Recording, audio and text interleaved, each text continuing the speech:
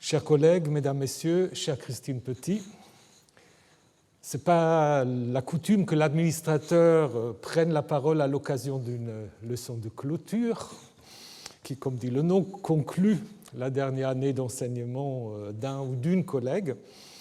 Mais nous sommes un peu dans des circonstances inhabituelles qui font que je dois vous saluer d'une manière numérique, puisque cette leçon est retransmise en direct et doit se faire dans un quasi huis clos. Christine Petit marque ce soir, avec un petit décalage, la fin de son enseignement au Collège de France, mais elle demeure en pleine activité. Souvent, c'est le cas d'ailleurs quand on conclut ici, on continue quand même à travailler, puisqu'elle dirige l'Institut de l'audition, nouveau centre de recherche de l'Institut Pasteur, cofondé avec la Fondation pour l'audition et associé à l'INSERM.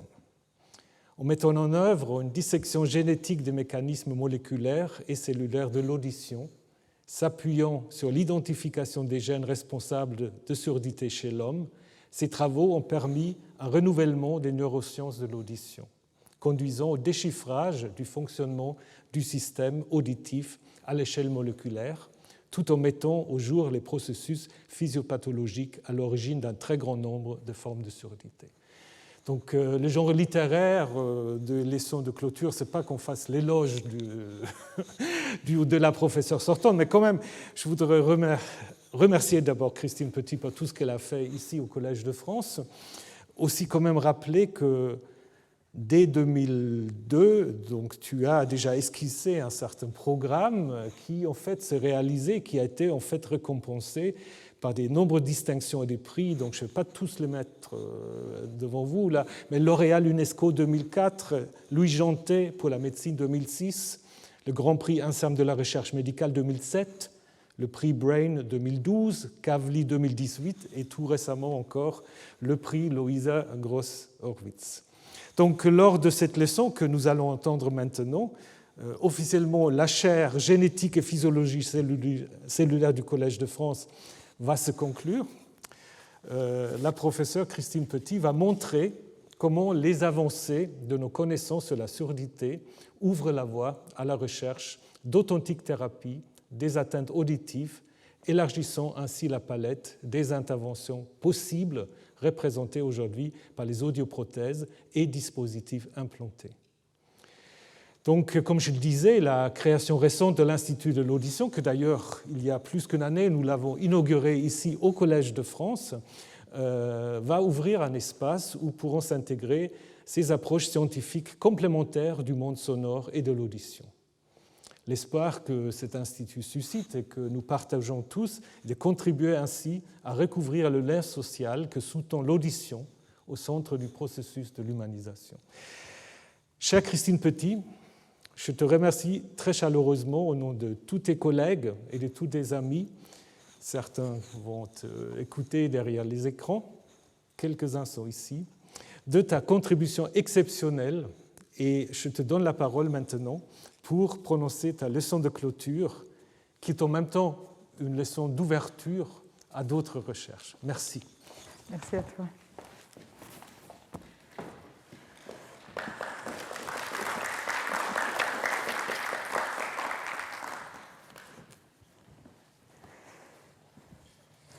Merci, cher Thomas, de me faire l'honneur de ta présence. Merci pour tes chaleureux mots d'introduction. Mes remerciements vont aussi à l'ensemble du personnel du Collège de France. Je souhaite vous témoigner toute ma reconnaissance. Votre bienveillance et continuelle attention, votre efficacité et votre prévenance contribuent à la sérénité de cette institution et de celui et celle qui a la grande chance d'y enseigner. Chers collègues, chers amis, mesdames, messieurs, bonsoir. La leçon de clôture du Collège de France porte une marque du collège ô combien appréciable, celle de la liberté qui y règne. Chaque professeur est libre d'en prononcer une ou pas, libre de son format, libre de son contenu, libre de sa diffusion. J'ai souhaité cette dernière rencontre avec vous dans le cadre de cette chaire de génétique et physiologie cellulaire pour partager les avancées que nous avons réalisées durant ces années dans notre laboratoire de l'Institut Pasteur et les perspectives qu'elles ouvrent, et parce que ce geste de clôture est assorti de l'ouverture, comme il a été dit, de l'Institut de l'audition, projet réalisé lui aussi dans le cadre de cette chaire. Je dédie cette leçon à mon amie Jacqueline Levillier, avec qui j'ai eu le grand bonheur de travailler de longues années. Elle donnait à voir le visage d'une humanité rayonnante qui transcendait les épreuves imposées par un corps qui lui échappait, humanité qui conviait celle des autres. L'évolution humaine a fait de l'audition le principal sens sur lequel repose la communication entre les individus.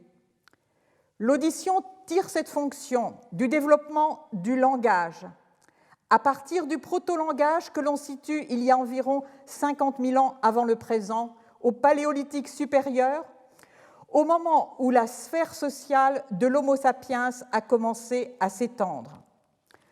Aujourd'hui, ce sont environ 20% de notre temps de vie qui serait dédié à nos échanges oraux.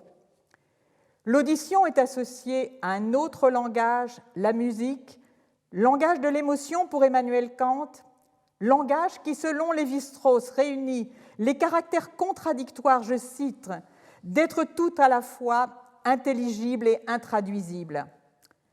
Pour Darwin, la musique trouvait difficilement sa place dans le schéma de l'évolution de la sélection naturelle. Quel avantage sélectif pouvait bien être associé à l'aptitude à la produire ou à l'apprécier? Les premiers instruments de musique authentifiés datent d'il y a environ 40 000 ans avant le présent. Nous voyons ici le plus ancien connu à ce jour, une flûte sculptée dans le radius d'un vautour, d'autres os percés plus anciens, pour certains présents dans des sites néandertaliens, pourraient indiquer une origine plus ancestrale encore de la fabrique d'instruments de musique. On attribue aujourd'hui à la musique, comme au langage, un rôle de création du lien social. Pour s'en convaincre, il suffit de regarder les adolescents partageant la musique de leur smartphone. Dans toutes les cultures, la musique accompagne les cérémonies. Il est hautement probable que bien avant la fabrique des instruments de musique, des formes d'expression musicale collective ont existé, le chant notamment, sans doute très, très tôt rythmé par la danse. Nous célébrons cette année le 250e anniversaire de la naissance de Beethoven. En 1801, Beethoven est âgé de 31 ans et souffre de perte auditive depuis déjà au moins 3 ans. Il compose son unique ballet, Les créatures de Prométhée, créatures que la musique réussit à animer. Ainsi, Beethoven plaçait la musique au cœur du processus d'humanisation.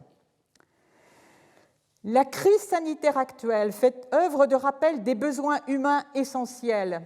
Elle souligne le rôle majeur du lien social et donc celui de la communication interindividuelle dont la qualité engage celle de l'audition. Dans notre espèce, contrairement à beaucoup d'autres, le fœtus entend. Il entend dès le 6e mois les battements du cœur de sa mère. Il a appris à reconnaître sa voix et la langue qu'elle parle avant la naissance. Crise sanitaire oblige, nous sommes aujourd'hui des individus masqués, au visage en partie anonymisé. Que deviennent nos sons de parole? Que devient notre perception de la parole? Vous allez entendre une séquence de paroles prononcée par un locuteur non masqué, puis la même séquence prononcée par le même locuteur qui porte un masque en tissu. Il parle lentement et articule soigneusement, ce qui facilite la perception et la compréhension de sa parole. Sans masque.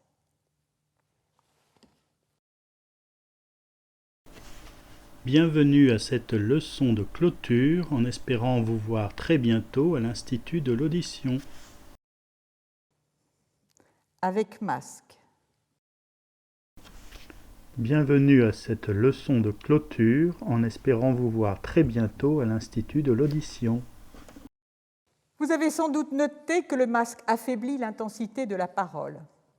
Voyons maintenant les spectrogrammes des sons émis, soit la représentation. Bienvenue à cette leçon. Soit la représentation ici sur les ordonnées des fréquences et en abscisse, les fréquences en kHz et en abscisse le temps en secondes. L'intensité des sons est représentée par le code couleur quand elle croît. La couleur passe du bleu soutenu au bleu ciel, puis au jaune, puis au rouge.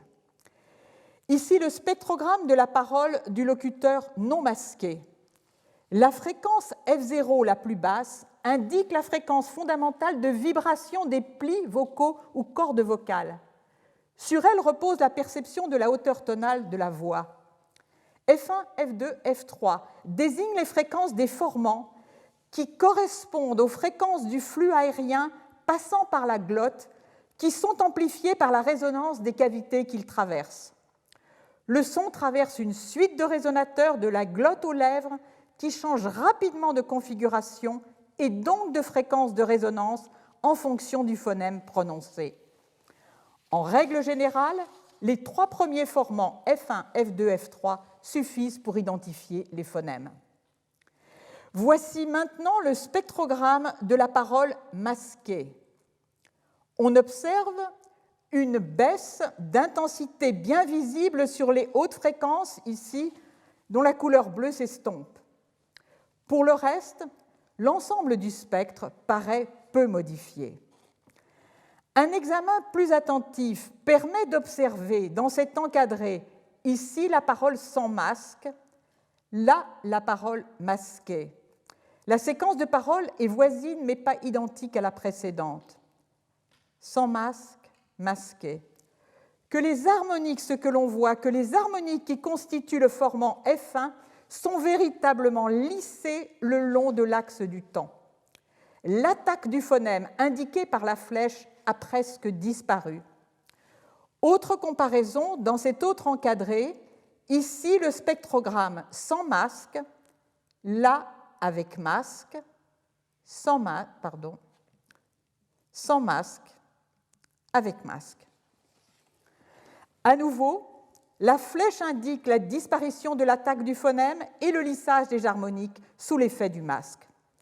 Au total, il y a perte des saillances sonores qui traduit une perte de la dynamique temporelle des phonèmes avec une perte de la modulation fréquentielle. La reconnaissance des phonèmes implique le traitement de quantité d'indices acoustiques dont la détection est affectée par ces types de pertes. Ces effets du masque sur la parole pénalisent davantage les malentendants parce que leur aptitude à la résolution temporelle des sons est très souvent affectée. Si la parole devient plus rapide et moins articulée, en d'autres termes, plus on s'approche des conditions naturelles des échanges vocaux, plus ces effets sont prononcés. Dans les conditions de la vraie vie, il est rare que deux locuteurs masqués soient face à face, seuls dans un environnement totalement silencieux.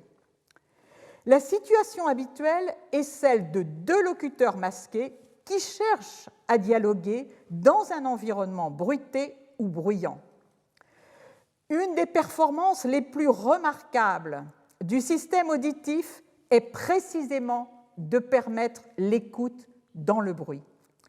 Ceci traduit l'aptitude de ce système sensoriel à ségréger très efficacement le message sonore signifiant d'un ensemble de bruits masquants. Cette propriété est si remarquable qu'elle a reçu une dénomination particulière. Elle est la solution à la situation de la cocktail party. Aptitude remarquable qu'aucune prothèse auditive n'est en mesure de restituer à ce jour. Les microprocesseurs vocaux de ces prothèses, ceux équipés d'algorithmes d'apprentissage de reconnaissance des bruits familiaux, parviennent certes à supprimer certains bruits continus, mais ils sont peu efficaces en présence de bruits ou de séquences non vocales inhabituelles survenant de façon inopinée. Or, c'est plus d'un tiers des adultes qui, passé la cinquantaine, souffrent de presbyacousie, atteinte du système neurosensoriel auditif liée à l'âge, dont la première manifestation est précisément la difficulté à suivre une conversation dans les environnements bruités ou en présence de plusieurs locuteurs. Pour une personne atteinte de presbyacousie, percevoir une parole masquée dans un environnement dont le bruit, lui, n'est pas masqué, est particulièrement difficile. Qui est concerné ? Environ 330 millions de personnes à travers le monde souffrent de presbyacousie, un chiffre qui, selon les prédictions, devrait doubler avant 2050, en raison du vieillissement de la population, mais pas seulement. La pollution sonore croissante dans les mégapoles surpeuplées des pays en voie de développement, ici Nigeria, Inde et Vietnam, la surexposition sonore des jeunes dans le cadre des loisirs y contribue fortement. Aujourd'hui, le principal agent agresseur du système auditif à tout âge est la surexposition sonore chronique. Enfin, les malentendants sont confrontés à une autre difficulté due au masque, la perte de la lecture labiale. Pour un malentendant qui ne perçoit environ que la moitié des mots, le recours à la lecture labiale augmente de 30 à 40% le nombre des mots qu'il parvient à identifier. Plus que les personnes qui entendent normalement, les malentendants ont recours à la sensorialité bimodale audiovisuelle pour comprendre la parole. Les masques transparents au niveau de la bouche, qui ont été fabriqués et en France distribués aux malentendants et prochainement aux jeunes enfants, sont une réponse adaptée, surtout si leurs caractéristiques acoustiques ont été optimisées. Pour les malentendants, la Covid-19 majeure leur risque d'isolement social avec les conséquences que l'on sait, dépression et déclin des fonctions cognitives en particulier. La vaccination que l'on espère prochaine appelle donc à considérer comme faisant partie des personnes prioritaires celles et ceux qui souffrent de surdité sévère et les personnes de leur entourage proche. Qu'avons-nous tenté d'élucider par nos recherches sur l'audition ? Jusqu'au début des années 90, l'audition avait principalement été étudiée sous l'angle de la physique et de la biophysique, et en conséquence, rares étaient les physiologistes du domaine qui n'étaient pas physiciens ou biophysiciens. Quelques grands noms de la physique s'attachent au domaine. Celui de Georg Simon Ohm, surtout connu pour les lois de l'électricité, il l'est moins pour avoir proposé que l'oreille effectue une décomposition fréquentielle des sons complexes en leurs composantes fréquentielles élémentaires. Ici, Lord Rayleigh, en haut et à droite, qui découvrit le principe sur lequel repose notre aptitude à localiser la source sonore dans l'espace, dans le plan horizontal. On peut aussi citer plus près de nous Thomas Gold, pour la brillante hypothèse qu'il proposa pour rendre compte de l'extrême sensibilité et de l'extrême finesse de résolution fréquentielle de l'organe sensoriel auditif à la stimulation sonore, sachant que cet organe est empli de liquide. L'effet d'amortissement dû à la viscosité de ces liquides sur la stimulation acoustique de l'organe devrait exclure une telle sensibilité et résolution fréquentielle. Gold postula l'existence, au sein même de l'organe sensoriel auditif, dit cochlée chez les mammifères, d'un amplificateur de la stimulation mécanique induite par le son. On est là dans la stricte extraction des paramètres physiques élémentaires du son, fréquence, phase, intensité, traitement qu'opère la cochlée et son innervation, ici une coupe de la cochlée, et son innervation afférente, ainsi que le premier relais central du système auditif via son circuit associé de traitement comparatif de l'information provenant de chacune des deux oreilles. On est bien loin de la perception auditive proprement dite, c'est-à-dire de la formation d'un percept qui passe par la représentation perceptive d'autres types d'informations sensorielles. Les répétitions régulières présentes dans certaines séquences sonores, celles des sons naturels en particulier, celles de la pluie, des vagues, du crépitement du feu et bien sûr de la parole. Autre information, les modulations en intensité et en fréquence codées fidèlement par le système auditif et dont le codage gagne en efficacité et en indépendance étape par étape en passant d'un relais à l'autre le long des voies auditives. Ici, ce schéma est une très grande simplification des voies auditives qui connaissent environ une trentaine de relais. L'ensemble de ces représentations perceptives conduit à la formation d'un percept qui sera modulé par d'autres composantes, l'attention, la mémoire, la sensorialité multimodale et le contexte émotionnel, pour ne citer que les plus importantes. La reconnaissance de la signification des sons au niveau du cortex engagera l'individu, voire le groupe, dans une réponse comportementale adaptée. Revenons au traitement périphérique, je veux dire au niveau de la cochlée et de son innervation des sons.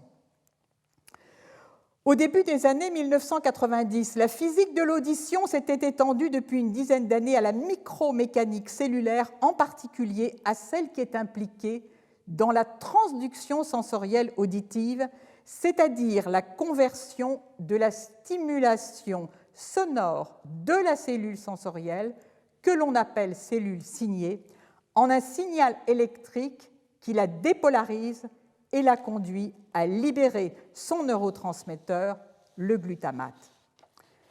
La biophysique de la machinerie de transduction mécano-électrique, la façon dont elle fonctionne est due principalement au travail du laboratoire de Jim Hudspeth à l'université du Rockefeller. En regard de ces travaux, la dimension moléculaire restait totalement absente. La raison en est simple.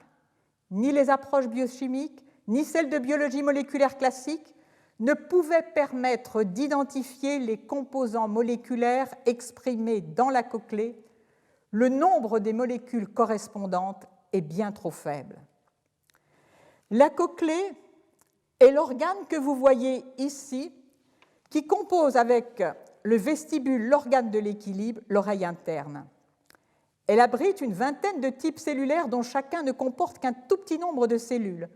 Nous entendons avec seulement quelques 3500 cellules sensorielles contenues dans chaque cochlée les cellules ciliées internes, tandis qu'une rétine, pour comparaison, comporte plus de 100 millions de cellules sensorielles, les photorécepteurs. Qui plus est, les molécules qui ont un rôle physiologique clé dans ces cellules cochléaires sont pour la plupart présentes en nombre extrêmement restreint. Arrêtons-nous un moment sur la transduction sensorielle auditive. Ici, la surface du neuroépithélium auditif, donc du neuroépithélium cochléaire. Les structures en U et en V qui affleurent sont des bouquets de microvillosités appelées stéréocyle qui coiffent les cellules sensorielles. Elles forment un compartiment cellulaire dit touffe ciliaire qui est l'antenne mécanoréceptrice du son de ces cellules. Ces cellules sensorielles sont de deux types. Les cellules ciliées internes que j'évoquais tout à l'heure, les véritables cellules sensorielles organisées en une seule rangée, en réponse au son, elles codent ce dernier en message électrique. Les cellules ciliées externes, organisées en 3 rangées, sont-elles sensorimotrices? Elles amplifient la stimulation mécanique induite par le son dans la cochlée. Elles sont les amplificateurs cochléaires postulés par Thomas Gold. J'ai évoqué le petit nombre de molécules clés de ces structures.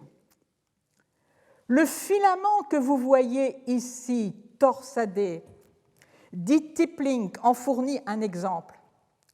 C'est la tension de ce lien fibreux, couplé dans sa partie basale, ici, au canal de mécanotransduction, qui contrôle la probabilité d'ouverture de ce dernier en réponse au son. Ici, chacune des 3 rangées de stéréociles qui composent la cellule sensorielle vont être représentées par un seul stéréocyle. Sous l'effet du son, la touffe ciliaire oscille. Lorsque sa déflexion a lieu dans la direction des stéréociles les plus longs, le tippling que vous voyez ici en vert et en rouge se tend. Une tension de l'ordre de quelques piconewtons est transmise au canal de transduction mécanoélectrique. Il s'ouvre et les cations qui le traversent vont dépolariser la cellule sensorielle. Le tippling joue donc un rôle critique dans l'audition. Or, ce sont juste 2 molécules qui forment sa partie haute en vert et 2 autres sa partie basse. Si ces molécules clés échappaient à l'analyse biochimique et l'analyse de biologie moléculaire classique, l'identification des gènes responsables de surdité devait, du moins en théorie, permettre de contourner cette difficulté. L'identification d'un gène dont l'atteinte conduit à une surdité désigne la protéine qu'il code comme indispensable à la fonction auditive. Or, l'efficacité de l'approche génétique n'est contrainte ni par le nombre de cellules qui expriment le gène d'intérêt, ni par le taux d'expression de ce gène. Nous avons donc entrepris de rechercher les gènes responsables de surdité et de les rechercher chez l'homme dans le but de pouvoir très directement transférer les avancées attendues à la clinique. L'analyse génétique des surdités héréditaires rencontrait cependant des difficultés spécifiques. Quelques données de la littérature indiquaient que la surdité profonde congénitale est principalement d'origine génétique. Parce que nous voulions étudier le système auditif neurosensoriel et non l'oreille externe ou moyenne, il nous fallait nous concentrer sur les surdités profondes, car elles seules sont à coup sûr dues à des atteintes de ce système. Les surdités congénitales profondes sont presque exclusivement transmises sur le mode autosomique récessif. Typiquement, 2 parents qui entendent normalement ont un ou plusieurs enfants sourds. Les rares données épidémiologiques d'alors indiquaient l'implication d'un grand nombre de gènes. Aucun gène responsable de surdité profonde n'avait été identifié, ni même localisé sur les chromosomes, étape qui était requise pour l'identification des gènes eux-mêmes. La raison en est d'ordre socio-culturel. Dans les pays développés, les malentendants s'unissent souvent entre eux. En conséquence, plusieurs gènes responsables de surdité peuvent être présents dans les familles qu'ils forment. Faute d'examens cliniques discriminants, on ne peut suivre leur transmission respective à travers les générations. L'analyse génétique paraissait donc, elle aussi, prise en défaut. Ces formes de surdité récessive sont particulièrement prévalentes dans les familles dont la consanguinité est forte. Pour réduire au maximum la probabilité que plusieurs gènes responsables de surdité soient transmis dans une même famille, on pouvait s'intéresser aux familles consanguines atteintes de surdité et vivant dans des isolats géographiques.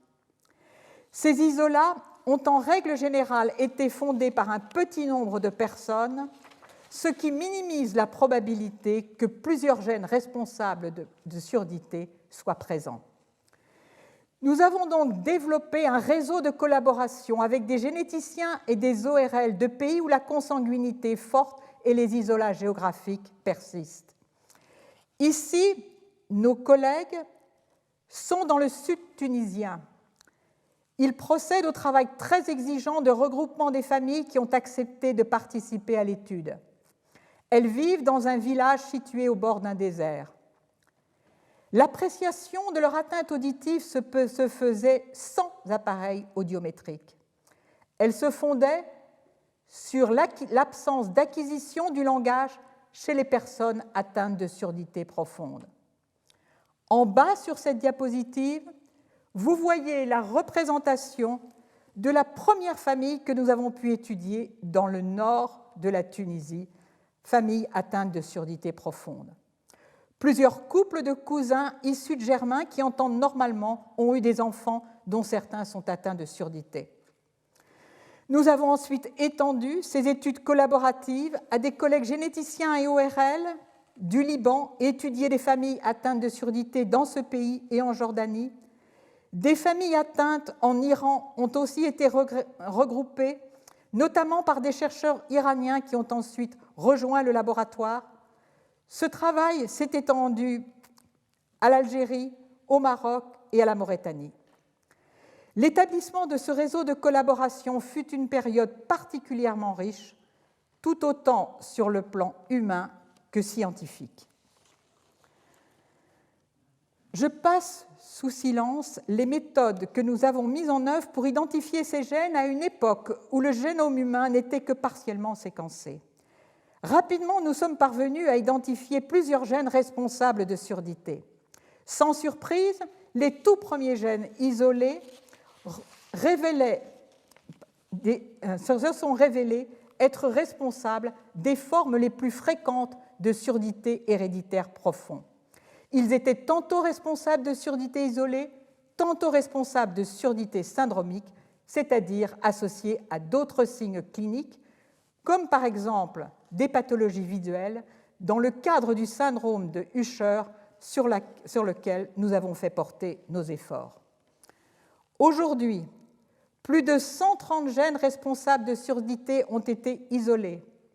Ils sont responsables de formes monogéniques, c'est-à-dire pour lesquelles l'atteinte auditive est causée pour chacune d'elles par celle d'un seul de ces gènes.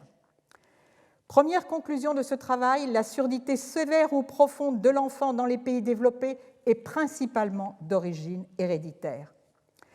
Ces résultats ont permis le développement du diagnostic moléculaire des surdités génétiques dans les pays dans lesquels nous avons mené la recherche de ces gènes, puis dans le service d'ORL de l'hôpital Trousseau, avec lequel nous avons commencé à travailler dès l'identification des premiers gènes responsables de surdité.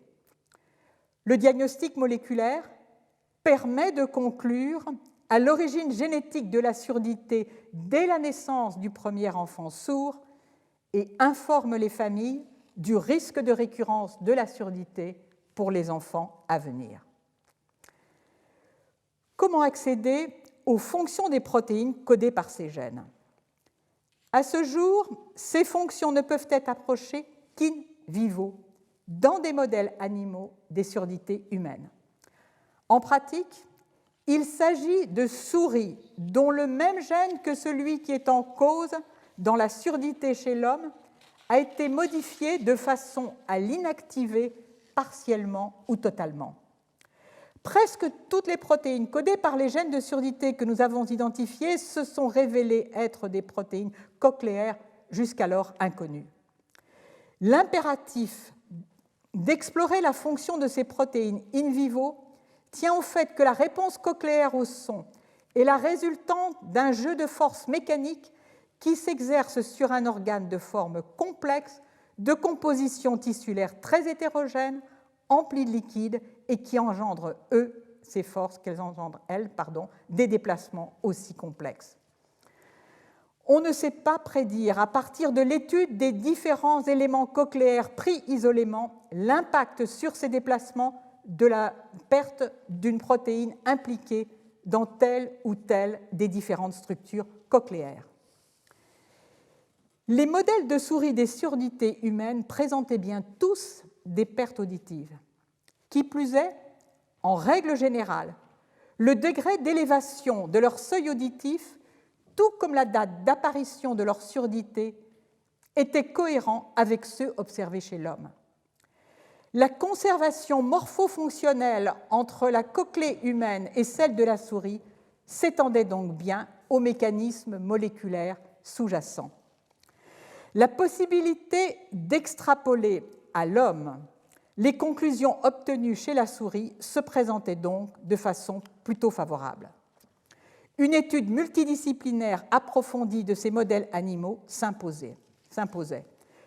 Pour y parvenir, le laboratoire devait s'associer de nouvelles compétences. Des scientifiques venant d'autres disciplines, biophysique, biochimie, neurobiologie, nous ont rejoints. Dès les années 2000, nous développions des échanges réguliers avec le laboratoire de physico-chimie de l'Institut Curie que dirigeait Jacques Praud, et quelques années plus tard avec Paul Avant, biophysicien et médecin de l'Université Clermont-Auvergne, expert aussi en physiologie cochléaire. Dans le laboratoire de Jacques Porot travaillait Jean-François Joanny, devenu notre collègue au Collège de France et ici présent, et Pascal Martin. Ces échanges étaient particulièrement stimulants. Il était clair qu'une convergence de nos disciplines devenait possible. D'emblée, nous avons tenté d'assembler les pièces du puzzle, c'est-à-dire les différentes protéines codées par les gènes de surdité. Ces assemblages se sont révélés, comme attendu, être plus informatifs pour développer des hypothèses fonctionnelles que chacune des pièces prises isolément. Qu'avons-nous appris ? Le rôle de certaines structures cochléaires jusque-là négligées a été mis au jour et ceux d'autres structures se sont enrichis. Ainsi, prenons le cas des liens fibreux qui unissent les stéréocyles. J'ai jusqu'ici parlé exclusivement du rôle du type link indiqué en rouge. Mais il existe des liens interstéréociliaires qui connectent les stéréocyles entre eux, qui sont particulièrement nombreux. Négligés, considérés comme sans intérêt, chacun d'eux s'est avéré essentiel au développement et au fonctionnement de la touffe ciliaire. Ainsi, avec Paul Avant, nous avons montré que les liens présents exclusivement dans les cellules ciliées externes matures sont absents dans la forme de surdité héréditaire congénitale modérée à sévère la plus fréquente. Nous avons pu conclure qu'ils sont essentiels à l'ouverture coopérative des canaux de transduction au sein de la touffe ciliaire. Ils ajustent le gain compressif de l'amplification. On peut aussi citer de nouveaux rôles qui ont été attribués à la membrane ici, dite membrane tectoriale, dans laquelle s'ancrent les stéréocyles des cellules ciliées externes. Jusqu'ici, le rôle de cette membrane, bien qu'essentiel, se limitait à contribuer aux forces de cisaillement qui, en opérant entre la surface inférieure de cette membrane et la surface apicale des cellules sensorielles, défléchissent la touffe ciliaire sous l'effet du son. On sait aujourd'hui que la membrane tectoriale joue aussi un rôle majeur dans la sensibilité de la réponse des cellules ciliées internes comme externes au son et qu'elle participe à l'ajustement des phases de couplage des différents éléments qui constituent l'amplificateur cochléaire. Un grand principe d'organisation moléculaire a-t-il émergé de ces travaux ? J'en vois un. Un principe de parcimonie au sein de ces cellules sensorielles. Les protéines qui ont un rôle crucial durant le développement de la touffe ciliaire sont recyclées pour opérer une autre fonction à un stade tardif. Ce principe de parcimonie s'exprime aussi par le partage des mêmes molécules aux deux pôles de la cellule sensorielle, ici la cellule ciliée externe, la touffe ciliaire et les synapses à sa base. Parcimonie aussi dans la composition moléculaire de ces protéines. On retrouve les mêmes domaines protéiques, mais différemment combinés d'une protéine à l'autre de la touffe ciliaire. Parcimonie aussi dans la composition des complexes moléculaires. On trouve au sein de la touffe ciliaire une répétition de complexes protéiques, sorte de variantes sur un même thème. Ainsi, par exemple, une molécule d'adhésion transmembranaire formant des liens qui connectent les stéréocyles est ancrée sur une protéine sous-membranaire au sein du stéréocyle, et cette protéine est elle-même liée au filament d'actine par un attachement dynamique formé par un moteur moléculaire, une myosine. Dans les variations sur ce thème, les molécules d'ancrage sous-membranaire non seulement appartiennent à la même famille de protéines, mais au sein de cette famille, ce sont les membres les plus semblables que l'on trouve dans la touffe ciliaire. Ce type de complexe protéique a sans doute des propriétés biophysiques particulièrement adaptées pour soutenir les forces mécaniques. Cette parcimonie paraît aussi s'exprimer au niveau des synapses des cellules sensorielles. D'une part, bien des composants que l'on trouve habituellement dans les synapses conventionnelles sont ici absents. Et d'autre part, les protéines de substitution sont davantage multifactorielles et jouent le rôle d'intégrateur. À verser aussi au chapitre de la parcimonie et de l'intégration fonctionnelle qui lui est associée, le fait que nous avons montré que la taille des stéréocyles est dépendante de la transduction mécanoélectrique elle-même. Ici, les stéréocyles d'une touffe ciliaire normale, ici, d'une touffe ciliaire qui a perdu ses tiplings. Vous voyez la régression des stéréocyles de la petite et de la moyenne rangée. Il y a donc un couplage entre l'activité de transduction auditive et l'ajustement de la hauteur des stéréocyles. Or, cette dernière affecte en retour la transduction elle-même. Enfin, on appréciera au mieux l'apport de la génétique en se penchant sur la machinerie de transduction mécanoélectrique. La petite dizaine de composants connus à ce jour sont toutes des protéines codées par des gènes de surdité. Les pièces connues sont les pièces principales, mais manquent les pièces de type élément de régulation, même si certaines transitions conformationnelles observées pour certains de ces composants constituent un premier pas. La convergence entre les données physiques, physiologiques et moléculaires a bien eu lieu. Elle demande cependant à être complétée.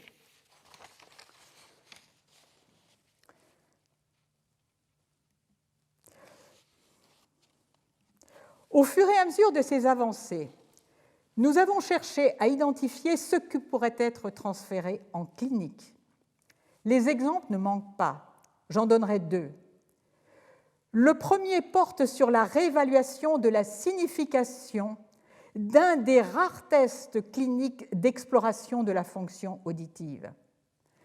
La cochlée distord les sons et en réponse à deux fréquences F1 et F2, elle produit de nouveaux sons, des produits d'intermodulation ou produits de distorsion acoustique qui ont été appelés par le musicien, qui ont été découverts par le musicien Tartini et sont appelés sons de Tartini. La disparition des produits de distorsion acoustique était jusqu'ici interprétée comme la faillite de la fonction d'amplification des cellules ciliées externes qui donne, nous l'avons vu, sa sensibilité à l'audition. En réalité, distorsion et amplification peuvent être dissociées dans les cellules ciliées externes. La distorsion appartient à la coopérativité d'ouverture des canaux de transduction mécanoélectrique qui sollicitent la présence des liens fibreux que j'évoquais tout à l'heure, tandis que l'amplification repose sur la contractilité du corps cellulaire des cellules ciliées externes. En d'autres termes, la signification de la perte des produits de distorsion enregistrés en clinique s'est élargie et elle va continuer à s'élargir avec la progression des connaissances.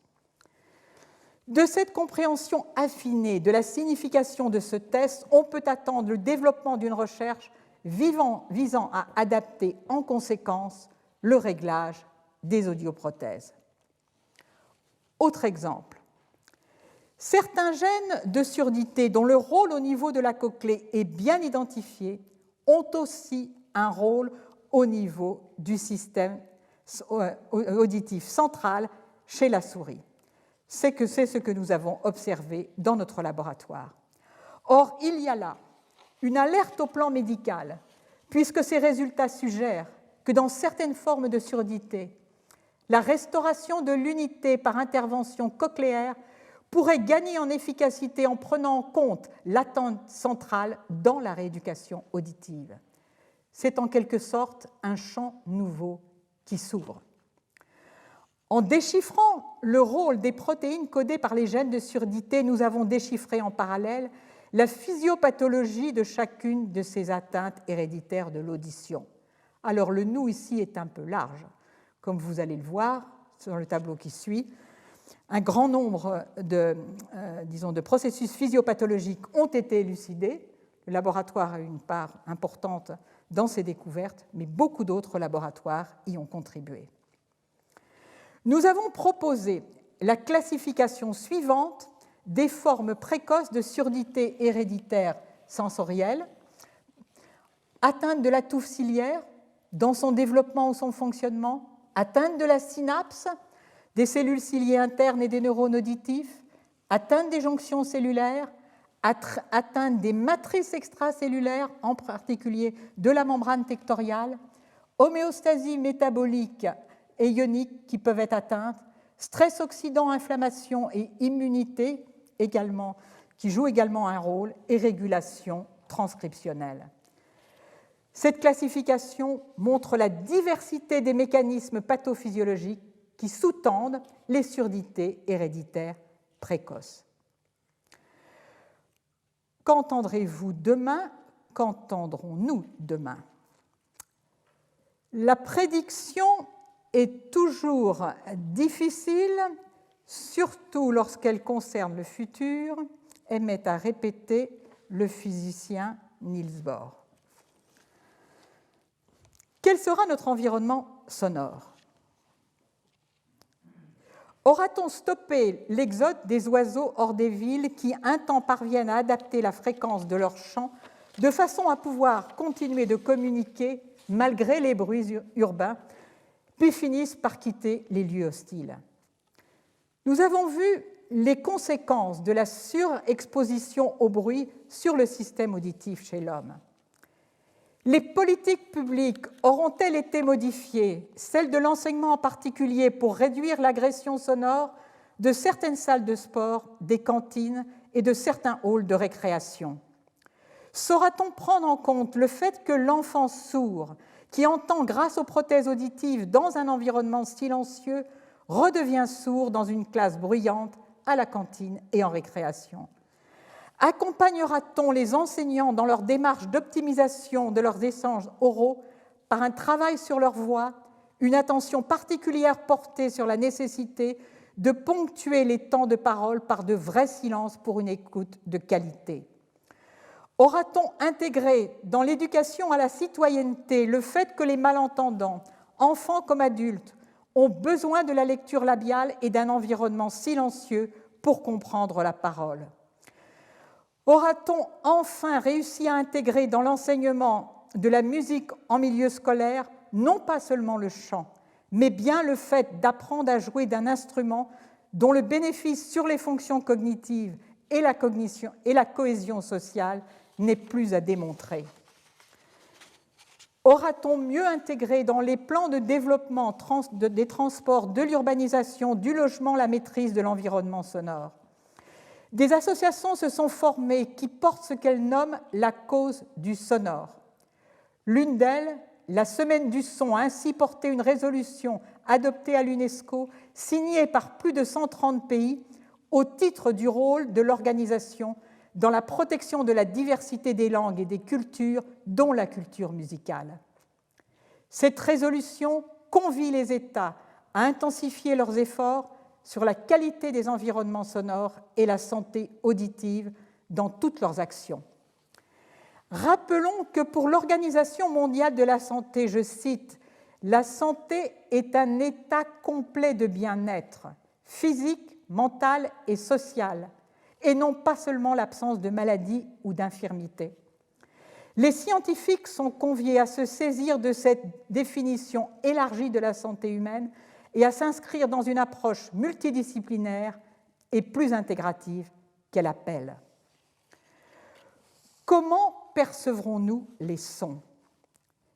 Préserver et retrouver l'audition est une quête permanente pour les malentendants. De cette quête, les traces sont manifestes dans la maison de Beethoven à Bonn.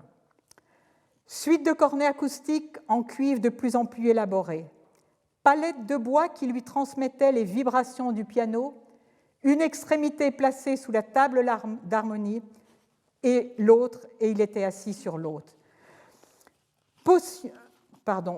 Potions aux recettes innovantes et même cures, sans effet comme l'atteste sa correspondance, et puis plus tard, le recours aux cahiers de conversation sur lesquels le visiteur dialogue via le crayon. L'invention de la prothèse auditive est intimement liée à celle du téléphone.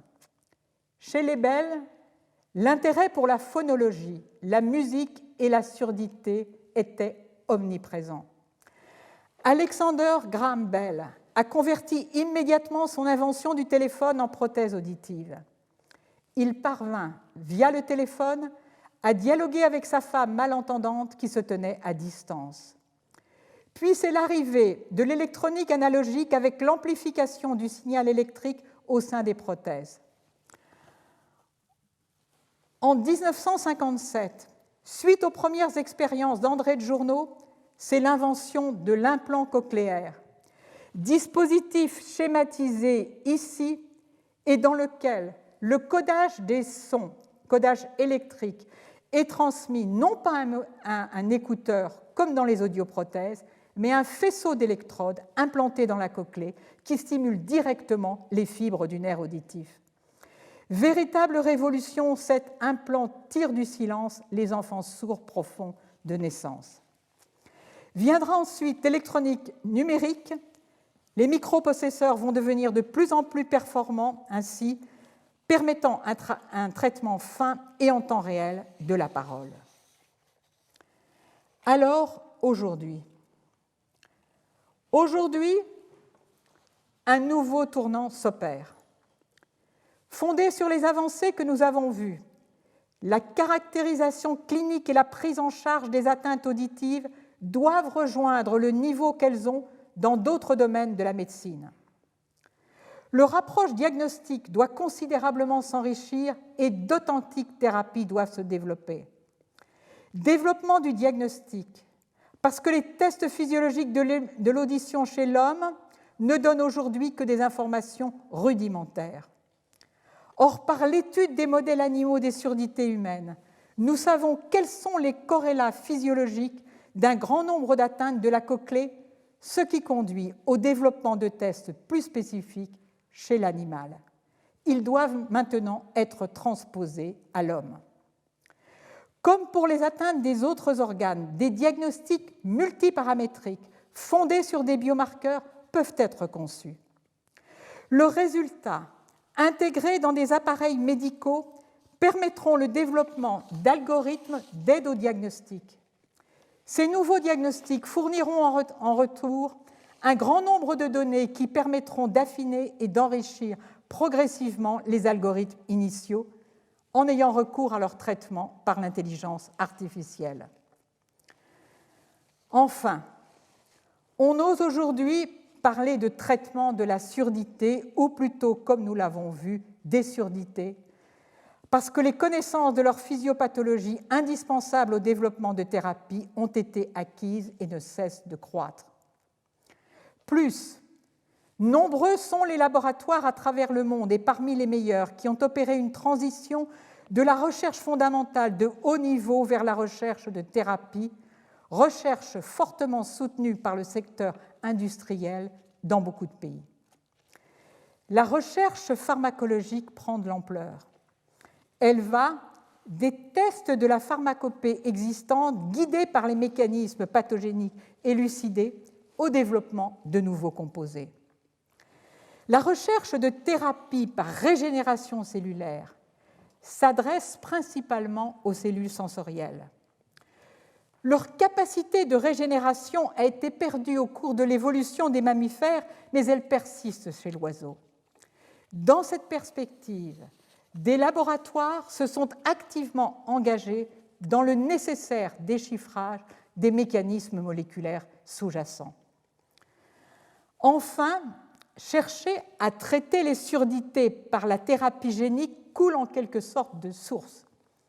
D'une part, parce que les formes de surdité pour lesquelles on dispose de la connaissance nécessaire pour s'engager dans cette voie sont les formes précoces et héréditaires de surdité profonde dues à des atteintes monogéniques. D'autre part, parce que la thérapie génique connaît aujourd'hui des succès spectaculaires pour de nombreuses pathologies héréditaires. Des dizaines d'essais cliniques de thérapie génique sont programmés pour les 3 à 4 prochaines années. Avec mes collègues, nous avons apporté la preuve de la possibilité de freiner la perte de l'audition et de restaurer l'audition dans des modèles animaux de plusieurs surdités héréditaires humaines précoces. D'autres laboratoires ont obtenu aussi des résultats prometteurs.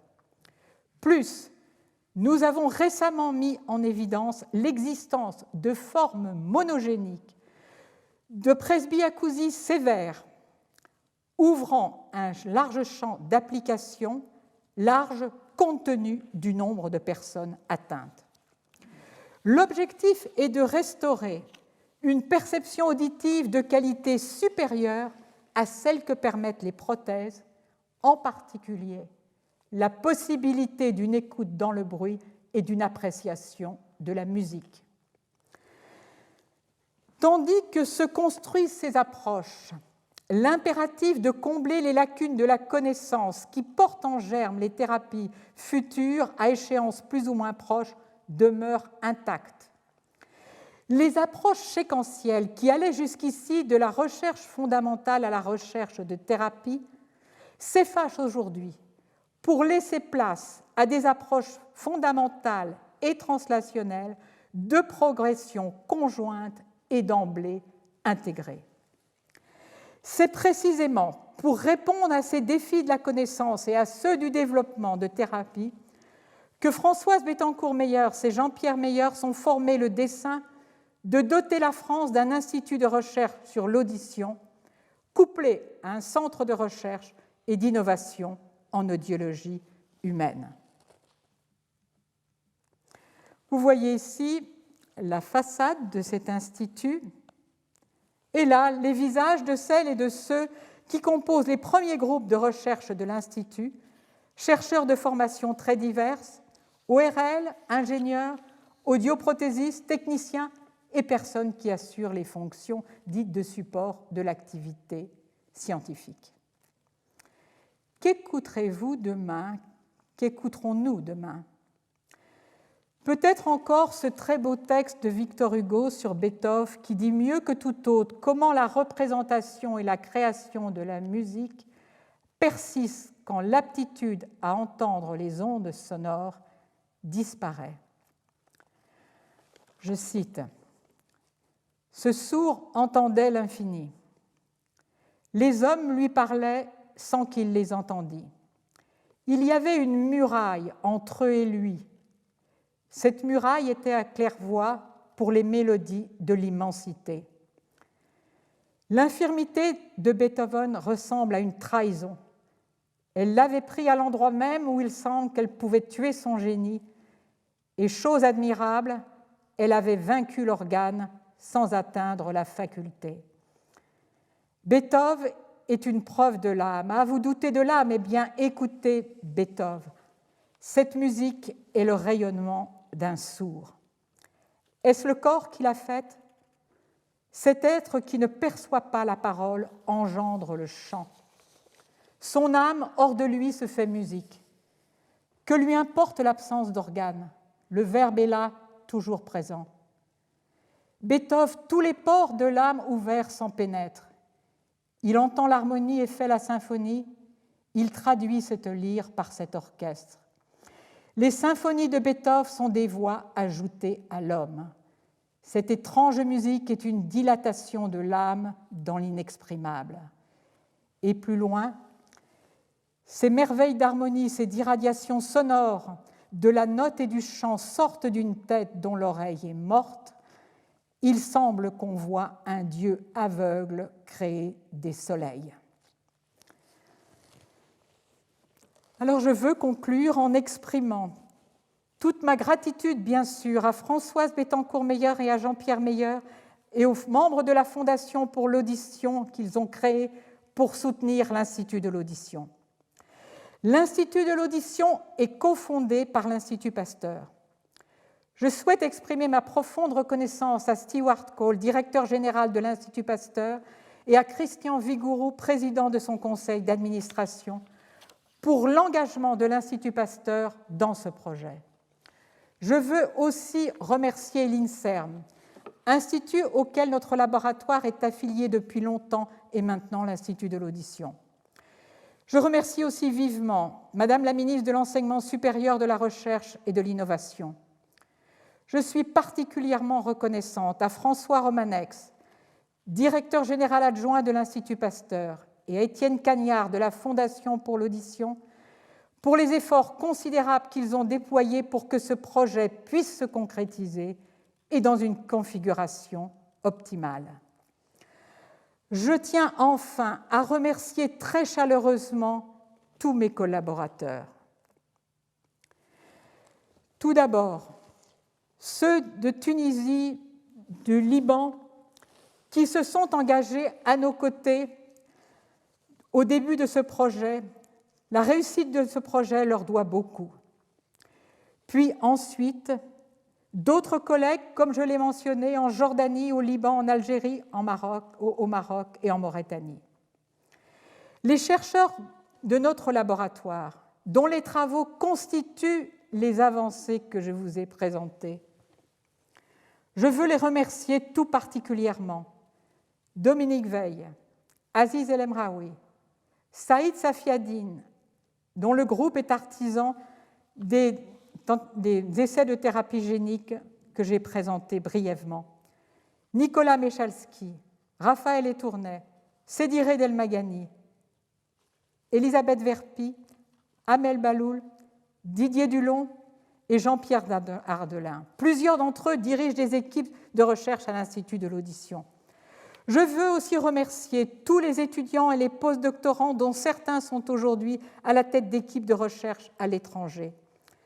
Des ingénieurs de talent, Jacques Boutet de Monvel, Christelle Bonnet, Assad Agaï, Danicia Sirik, Vincent Michel et Stéphanie Dupont,